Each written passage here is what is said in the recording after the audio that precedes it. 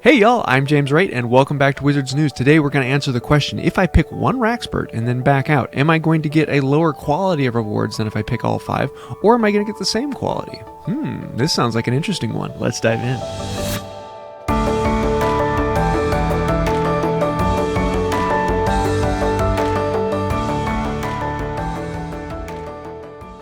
If you are new to the channel, I have been doing quite a few videos on Portkey research and trying to figure out which ones are best. Is there a best Wrackspurt to pick? Is there a best series to pick? What are the differences between different locations and levels?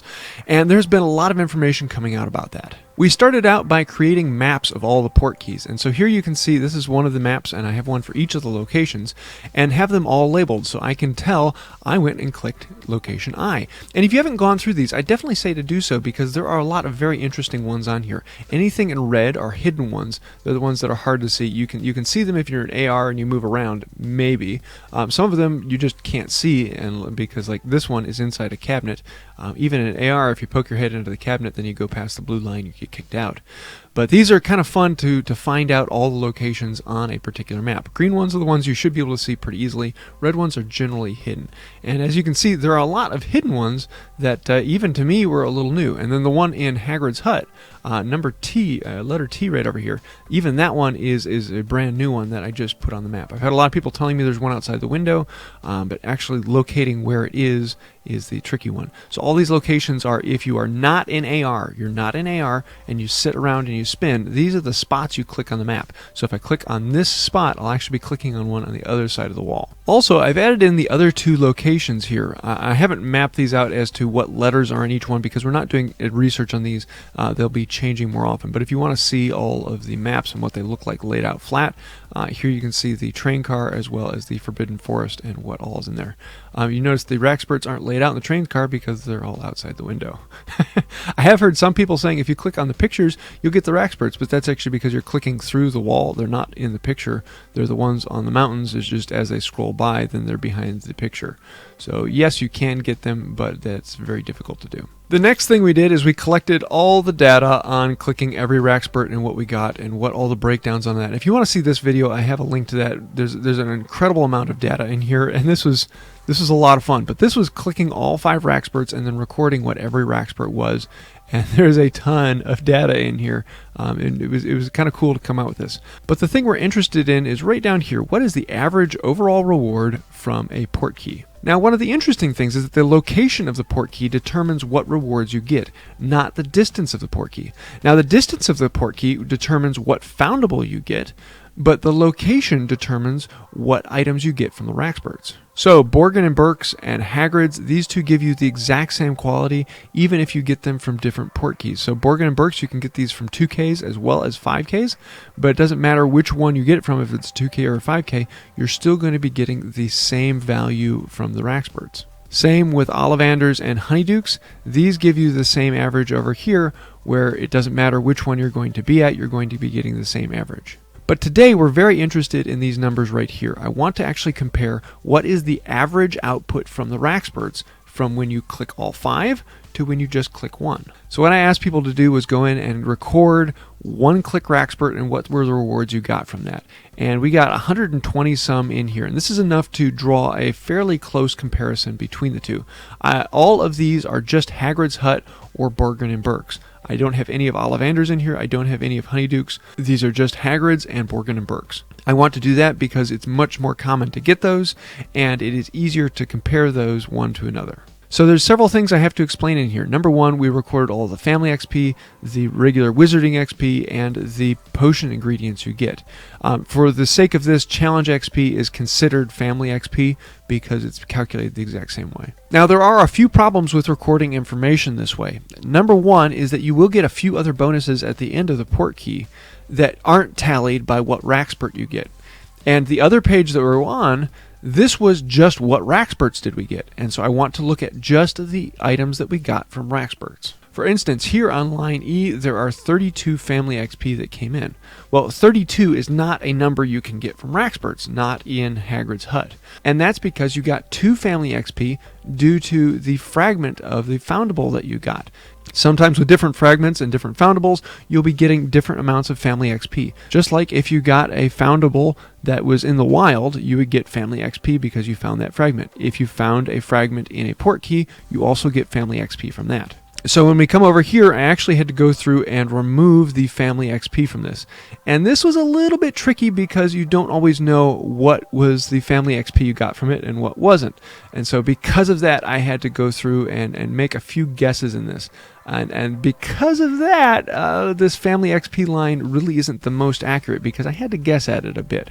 Now, my guesses were educated and fairly well thought through, so these are pretty accurate, but you can't be 100% accurate there. The other thing we recorded was, did you use Barufio's Brain Elixir or not?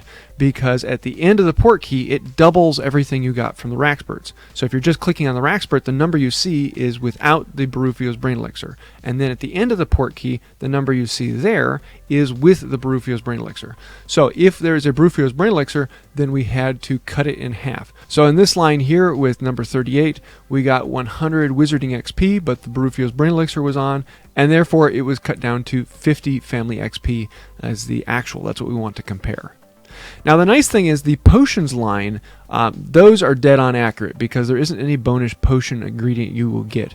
So I can compare the potions to potions and get a really good idea if you're going to get potions.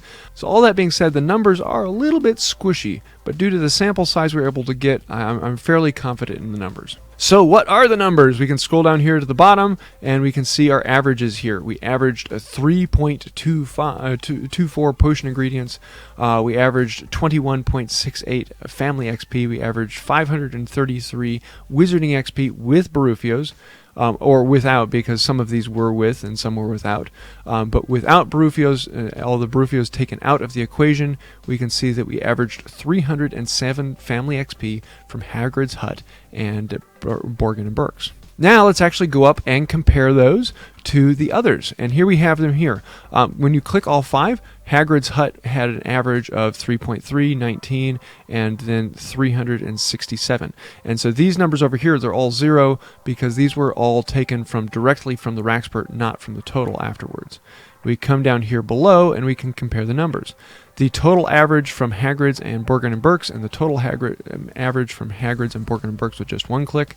You can see here 3.14 as opposed to 3.5 and 21.8 as opposed to 20.51 and then 311 as opposed to 327.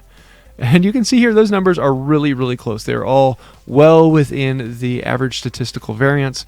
And with that, I'm going to say that there is absolutely no difference between clicking one Wrackspurt and clicking 5 Wrackspurts. So apparently the way the game is programmed is that when you click on one Wrackspurt, it automatically figures out what all of your bonuses are.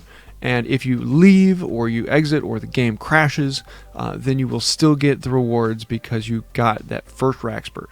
So apparently it really doesn't matter that you pick all 5, but still, I like to pick all 5 because it makes me feel good, and I like that reward center of seeing, ooh, I got this from this, and ooh, I got this from this, especially when the XP starts building. That's a lot of fun, and it's really enjoyable to play with. Now, I will leave a link to these spreadsheets down below if you want to dig into them and see some of the raw data for yourself. There are some other interesting finds in here. And again, I do want to warn you, particularly with this one with clicking one Wrackspurt, some of these numbers are a little bit squishy just due to the average of trying to look at the final and then back calculate what they were.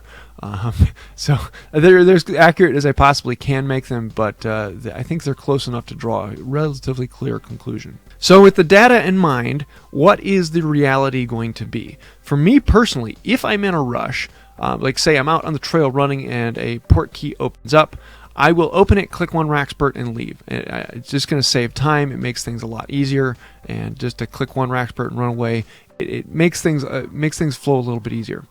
That being said, I definitely suggest most people, at least once, if not multiple times, go and explore these portkeys. They are an incredible amount of fun because everything in there is fully explorable. You can look underneath and inside the desk. You can look around things and be an AR and move around the room. There's a lot of detail in them, and there are all sorts of little intricacies that you can find and explore. I'm thinking about doing a video here soon where I actually go into them and explore them so you can see what all is going on. If I'm not in a rush, I'm going to click all five Wrackspurts because I do find that very enjoyable to click one and see, ooh, I got another XP, ooh, I got another XP, ooh, oh, I got a potion. And that is a fun part to the game, and I really do enjoy that. Even knowing that the first one is the one that matters, I'm still going to go in and pick all 5 Wrackspurts when I have the time to do so. I hope you like this data as much as I do. I really like how this came out. They made it so that even if your game crashes, you will still get all 5 of your bonuses. And so they made that easier for people who might have problems with portkeys.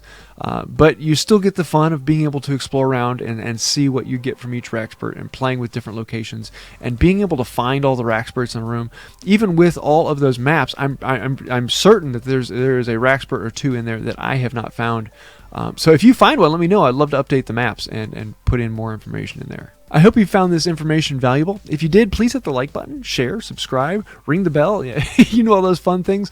They really help out the channel, and they help make this a bigger and better thing for everyone else. So thank you for that. Also, if you really, really do like it, think about supporting on Patreon. That really helps me out and allows me to put out more content like this and do some of these fun research topics. I am not currently taking on any sponsorships, and I like to kind of keep it that way for right now. I'd rather my words be what I want to say rather than what other people want me to say.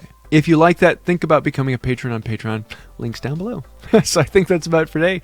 And until next time, have a magical day.